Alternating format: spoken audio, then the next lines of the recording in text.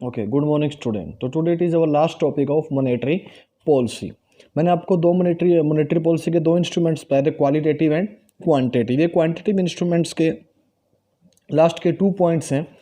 Cash reserve ratio, it refers to minimum percentage of the bank total deposit required to be kept with the RBI. इसके अंदर commercial bank को अपनी total percentage मतलब total deposit की कुछ प्रतिशत RBI के पास क्या रखना पड़ता है, रिजर्व रखना पड़ता है। मतलब एक मिनिमम परसेंटेज जो आरबीआई डिसाइड करती है, उस मिनिमम परसेंटेज के अकॉर्डिंग हर कमर्शियल बैंक को अपने टोटल कैश डिपॉजिट का आरबीआई के पास क्या रखना पड़ता है, एज ए रिजर्व डिपॉजिट करवाना पड़ता है। इट इज मैंडेटरी, ये बहुत जरूरी है। तो इट इज फिक्स्ड, और जो परसेंटेज है मिनिमम परसेंटेज जितना कमर्शियल बैंक को आरबीआई के पास अपने टोटल कैश डिपॉजिट का रिजर्व रखना पड़ता है, वो कौन डिसाइड करते हैं? It is fixed by the RBI. इसे कौन फिक्स करता है? RBI, Reserve Bank of India. And is varied from time to time, और ये बदलता रहता है टाइम टू टाइम, ताकि मनी सप्लाई को क्या किया जा सके, कंट्रोल इकोनॉमी में किया जा सके। The supply of money is to be increase, मान लो मनी इकोनॉमी के अंदर मनी सप्लाई बहुत ज्यादा, और मनी सप्लाई ज्यादा होने का मतलब क्या है कि लोगों की डिमांड बहुत ज़्यादा है, इन्फ्लेशन बहुत ज़्यादा है, तो सर आरबीआई क्या कर देती है, कैश रिजर्व रेशियो को लोअर कर देती है। And when the supply of money is to be reduced, the CRR is raised। अगर क्या है, सप्लाई ऑफ मनी क्या है, काफ़ी कम है, तो CRR क्या कर देती है, रेज कर देती है। मतलब rise in cash reserve for a given amount of A demand deposit. अगर CRR बढ़ेगा तो जो कैश रिजर्व के रूप में, डिमांड डिपॉजिट के रूप में कमर्शियल बैंक को आरबीआई के पास ज़्यादा रखना पड़ेगा, तो मनी सप्लाई इकोनॉमी में क्या हो जाएगी, कम हो जाएगी। मतलब fall in the money supply of the commercial bank money supply क्या करेगा, कम करेगा, जिससे इन्फ्लेशन क्या हो जाएगा, कंट्रोल हो जाएगा।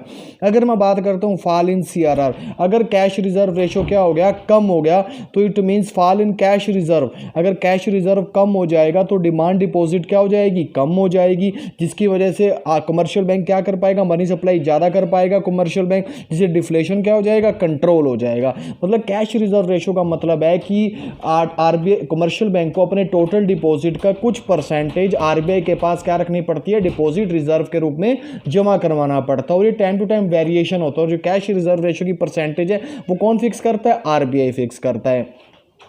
अगर cash reserve ratio commercial bank RBI के पास ज़्यादा रखेगा तो कमर्शियल बैंक के पास मनी सप्लाई कम हो जाएगी, और मनी सप्लाई कम होने का मतलब है कि वो इकोनॉमी के अंदर लोन कम दे पाएगा, जिससे मनी सप्लाई कम हो जाएगी और इन्फ्लेशन कंट्रोल हो जाएगा, एंड वाइस वर्सा। अगला स्टैच्यूटरी लिक्विडिटी रेशो SLR, हर बैंक को कैश के साथ कुछ एक फिक्स्ड परसेंटेज एसेट्स के रूप में, लिक्विड एसेट्स के रूप में आरबीआई के पास क्या रखनी पड़ती है, डिपॉजिट रखनी पड़ती है। मतलब every bank is required to maintain a fixed percentage of liquid assets in the form of liquid assets called SLR।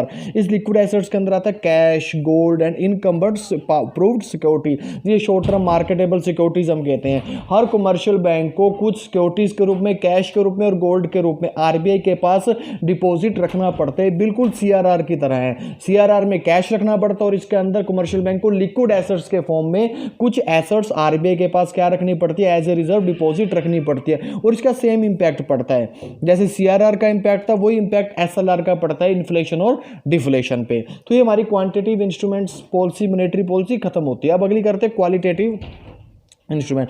Qualitative instrument वो इंस्ट्रूमेंट्स है जिसके अंदर मनी सप्लाई और क्रेडिट कंट्रोल किया जाता है, लेकिन सिलेक्टिव सेक्टर्स को, सिलेक्टेड सेक्टर्स को। देखो दोनों के अंदर फर्क है ये। जो क्वांटिटेटिव इंस्ट्रूमेंट के अंदर जो पॉलिसीज बनते हैं वो ओवरऑल इकोनॉमी के अंदर मनी सप्लाई को कंट्रोल करने के लिए बनती है, लेकिन जो क्वालिटेटिव इंस्ट्रूमेंट्स पॉलिसी बनती है वो पर्टिकुलर सिलेक्टिव सेक्टर्स के अंदर मनी सप्लाई और क्रेडिट कंट्रोल करने के लिए बनती हैं। और ये इंस्ट्रूमेंट्स को इंक्रीज और डिक्रीज करके पर्टिकुलर सेक्टर के अंदर मनी सप्लाई को कंट्रोल किया जा सकता है। अब जैसे इसके अंदर सबसे पहले आता है मार्जिन रिक्वायरमेंट। मार्जिन रिक्वायरमेंट का मतलब होता है कि difference between the current value of the security offered for the loan and the value of loan guaranteed.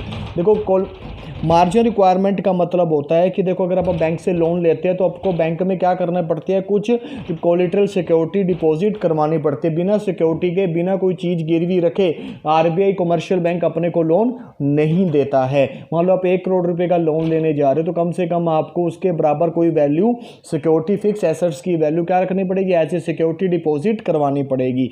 अब एक छोटा सा एग्जाम्पल रहते हैं। मतलब मार्जिन रिक्वायरमेंट का मतलब होता है कि जो सिक्योरिटी ऑफर्ड आपने की है उसकी वैल्यू और जितना लोन आपको ग्रांट किया उन दोनों का जो डिफरेंस होता है वो मार्जिन रिक्वायरमेंट है। सपोज आपने suppose a person mortgage is house worth rupees 1 crore. मान लो एक पर्सन ने 1 करोड़ रुपए का घर क्या रखा, गिरवी रखा, और 1 करोड़ के बदले उसे 80 लाख रुपए का क्या मिला, लोन ग्रांट हुआ, तो 20 लाख रुपए क्या हो गया, मार्जिन रिक्वायरमेंट हो गया। मतलब 1 करोड़ का घर गिरवी रख के उससे लोन कितना सैंक्शन हुआ, 80 लाख। जो इनका डिफरेंस है 1 करोड़ और 80 लाख का, it is called as a margin requirement. Margin requirement impact करता है मनी सप्लाई को। मान लो मार्जिन रिक्वायरमेंट बढ़ जाता, मान लो 1 करोड़ घर के बदले आपको सिर्फ 60 लाख लोन मिलता, तो लोग लोन अप्लाई कम करते, अप्लाई लोन कम करेंगे तो मनी सप्लाई इकोनॉमी के अंदर कम हो जाएगी। मार्जिन रिक्वायरमेंट बहुत ज्यादा, अब 1 करोड़ का घर रख के सिर्फ 60 लाख का लोन मिल रहा है, तो मार्जिन रिक्वायरमेंट का डिफरेंस क्या है, बहुत ज्यादा। और जितना ज्यादा मार्जिन रिक्वायरमेंट का डिफरेंस होगा उतनी ही मनी सप्लाई इकोनॉमी के अंदर कम होगी, और जितना मार्जिन रिक्वायरमेंट का डिफरेंस कम होगा उतनी मनी सप्लाई इकोनॉमी के अंदर क्या होगी, ज्यादा होगी। मतलब the margin requirement is lower then the supply of money to be increased.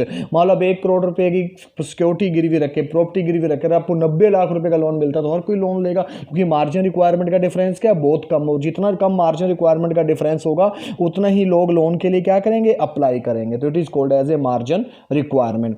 अगली होती है rationing of credit. Rationing of credit का मतलब है कि इसके अंदर आरबीआई ने एक कोटा फिक्स कर देता है, एक क्रेडिट लिमिट फिक्स करता है कि इस सेक्टर को इस कोटा से ज्यादा, इस लिमिट से ज्यादा लोन नहीं मिलेगा। मतलब RBI fix the quota limit of the credit facility. मतलब आरबीआई क्या कर देता है, quota limit of credit fix कर देते हैं, कोटा फिक्स कर देते हैं, क्रेडिट लिमिट फिक्स कर देते हैं कि इससे ज़्यादा आपको लोन नहीं मिलेगा। मतलब रेशनिंग ऑफ क्रेडिट का मतलब है कि आपको इस कोटा से, इस क्रेडिट लिमिट से ज़्यादा लोन नहीं मिलेगा पर्टिकुलर सेक्टर के। मान लो आरबीआई ने एग्रीकल्चर सेक्टर के लिए कोटा फिक्स कर दिया कि 20 लाख करोड़ से ज़्यादा एग्रीकल्चर सेक्टर को लोन नहीं देना है, तो कोई भी कमर्शियल बैंक, जितने भी कमर्शियल बैंक में इंडिया के, सभी मिलाकर 20 लाख करोड़ से ज़्यादा लोन एग्रीकल्चर सेक्टर को अप्रूव नहीं करेंगे। मतलब पर्टिकुलर कोटा फिक्स कर देना, क्रेडिट लिमिट फिक्स कर देना, ताकि इस सेक्टर को इससे ज्यादा लोन नहीं मिलेगा। देखो मैंने पहले ही बताया था, जो qualitative monetary policy particular sector के लिए बनी है, हर एक सेक्टर के लिए अलग पॉलिसी है। मतलब पर्टिकुलर सेक्टर के लिए मनी सप्लाई को कंट्रोल किया जाता है, क्रेडिट की जाती है मनी सप्लाई की, इसे क्वालिटेटिव इंस्ट्रूमेंट्स बोलते हैं, जिसके अंदर रेशनिंग ऑफ क्रेडिट का मतलब है कि इसके अंदर आरबीआई क्या कर देता है, कोटा फिक्स कर देता है कि भी agriculture sector, primary sector, manufacturing sector, communication sector, service sector को इतना कोटा से ज़्यादा लोन नहीं देना है। फिर कोई भी कमर्शियल बैंक इस कोटा से ज़्यादा इस सेक्टर को लोन नहीं देगा। और ये जो क्रेडिट लिमिट है कौन फिक्स करता है, आरबीआई फिक्स करता है, कोटा लिमिट अलग अलग बिजनेस एक्टिविटीज़ के लिए। It is called as rationing of credit. अब जो अगला है वो है लास्ट पॉइंट, मोरल सुसेशन। इसके अंदर जितने भी कमर्शियल बैंक हैं उसे सभी आरबीआई की गाइडलाइंस फॉलो करना एक नैतिक वैल्यू है, मतलब एक मोरल सुसेशन है। हर कमर्शियल बैंक को आरबीआई द्वारा बनाई गई गाइडलाइंस, डायरेक्शंस को फॉलो करना, उन्हें इंप्लीमेंट करना हर एक कमर्शियल बैंक की एक नैतिक जिम्मेवारी बनती है, मोरल रिस्पॉन्सिबिलिटी बनती है। कोई भी बैंक अगर आरबीआई की गाइडलाइंस फॉलो नहीं करता है तो मतलब वो अपनी मोरल वैल्यूज को फुलफिल नहीं कर रहा है, वो मोरल रिस्पॉन्सिबिलिटी फुलफिल नहीं कर रहा है। इसलिए आरबीआई जो भी गाइडलाइंस दे, जो भी एडवाइस दे, जो भी डायरेक्शन दे, तो हर एक कमर्शियल बैंक को फॉलो करना उसकी एक मोरल रिस्पॉन्सिबिलिटी बनती है। मान लो आरबीआई ने कोटा फिक्स कर दे कि एग्रीकल्चर सेक्टर को इससे ज्यादा लोन नहीं देना है, तो कमर्शियल बैंक की मोरल ड्यूटी बन जाती है कि वो इससे ज्यादा एग्रीकल्चर सेक्टर को लोन ना दे। It is called as a moral suasion. तो it is overall about qualitative monetary policy. तो ये बेटा इसका चार्ट है, क्वांटिटेटिव एंड क्वालिटेटिव। क्वालिटेटिव के अंदर आते हैं margin requirement, rationing of credit, moral suasion, और क्वांटिटेटिव के अंदर आते हैं bank rate, repo rate, reverse repo rate, cash reserve ratio, statutory liquidity ratio and open market operation. It is quantitative instruments. ये दो तरह के, और सबसे इंपॉर्टेंट है मॉनेटरी पॉलिसी, जो मैंने आपको सारी एक्सप्लेन कर दी। इसके बाद एक छोटा सा क्वेश्चन है कि what is selective credit control. देखो सिलेक्टिव क्रेडिट कंट्रोल सिंपल सही है, बिल्कुल ये रेशनिंग ऑफ क्रेडिट जैसे है, जिसके ये डिस्क्रिमिनेटरी पॉलिसी सेंट्रल बैंक की, मतलब सेंट्रल बैंक पूरे इकोनॉमी के लिए पॉलिसी नहीं बना रहा है, वो अलग अलग सेक्टर के लिए डिफरेंट डिफरेंट पॉलिसी बना रहा है। वो जिस सेक्टर को ज़्यादा प्रायोरिटी देता है उसको ज़्यादा लोन सैंक्शन कर देता है, और जिसको वो प्रायोरिटी नहीं देता उसको कम लोन सैंक्शन कर देता है, एवेबिलिटी ऑफ क्रेडिट कम रखता है, रिस्ट्रिक्शंस करता है। जिस सेक्टर को ज़्यादा प्रायोरिटी देता है उसके लिए लोन रिस्ट्रिक्शंस कम रखता है, और जिसको वो प्रायोरिटी नहीं देता उसके लिए लोन रिस्ट्रिक्शंस ज़्यादा रखता है। मतलब सिलेक्टिव क्रेडिट कंट्रोल का मतलब है कि आरबीआई एक भेदभाव की पॉलिसी अडॉप्ट कर रहा है, जिसके अंदर कुछ सेक्टर को तो प्रायोरिटी दी जा रही है और कुछ सेक्टर को प्रायोरिटी नहीं दी जा रही है। तो इसके discriminative selective credit control. Clear? ये हमारा मॉनेटरी पॉलिसी कंप्लीट होती है, जिसके अंदर मैंने क्वालिटेटिव क्वांटिटेटिव आपको क्या किया, एक्सप्लेन किया। तो ये चैप्टर हमारा क्या है, बिल्कुल कंप्लीट है, जिसके अंदर मैंने आपको कुछ क्वेश्चंस भी सेंड किए थे, और जिसका आंसर आप मुझे एज सुन एज पॉसिबल क्या कर दो, सेंड कर दो। ओके, तो ये इसके कुछ पॉइंट्स हैं। Selective credit control, statutory liquidity ratio, यहाँ से क्वालिटेटिव इंस्ट्रूमेंट पॉलिसी क्या होती है स्टार्ट। और फिर से बता रहा हूँ, जो मॉनेटरी पॉलिसी है वो कौन बनाता है, आरबीआई बनाता है, और जो फिजिकल पॉलिसी है वो कौन बनाता है, गवर्नमेंट ऑफ इंडिया। अगला हम फिजिकल पॉलिसी देखेंगे, अभी हमने मॉनेटरी पॉलिसी देखी, नेक्स्ट पॉलिसी हम फिजिकल पॉलिसी देखेंगे। Okay, thank you.